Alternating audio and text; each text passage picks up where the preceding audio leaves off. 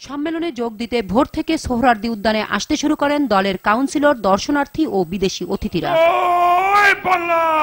সকাল 10টায় সম্মেলন স্থলে আসেন দলের সভানেত্রী প্রধানমন্ত্রী শেখ হাসিনা। এরপর শুরু হয় সম্মেলনের আনুষ্ঠানিকতা। জাতীয় সঙ্গীতের মধ্য দিয়ে উত্তোলন করা হয় জাতীয় পতাকা।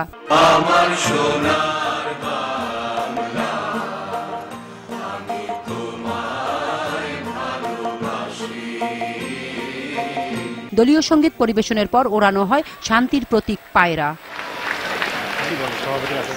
দলের সাধারণ সম্পাদক সৈয়দ আশরাফকে সঙ্গে নিয়ে সম্মেলন উদ্বোধন ঘোষণা করেন দলীয় সভানেত্রী শেখ হাসিনা।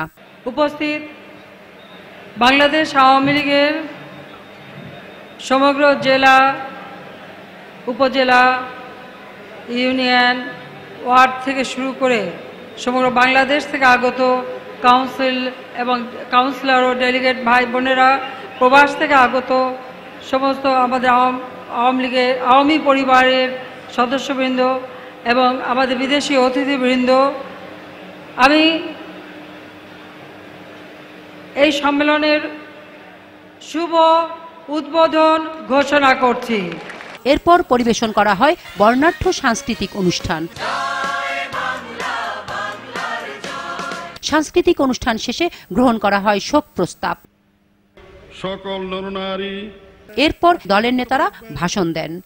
হাজার হাজার নেতা কর্মীদেরকে হত্যা করেছে, তারপরেও কিন্তু আওয়ামী লীগকে নিঃশেষ করতে পারে নাই, এবং কোনোদিনেই পারবে না, কোনোদিনেই পারবে না। জননেত্রী যতদিন আছেন উনি নেতৃত্ব দেবেন, কিন্তু এই জননেত্রী শেখ হাসিনা যদি না থাকেন আওয়ামী লীগ কিন্তু মরবে না।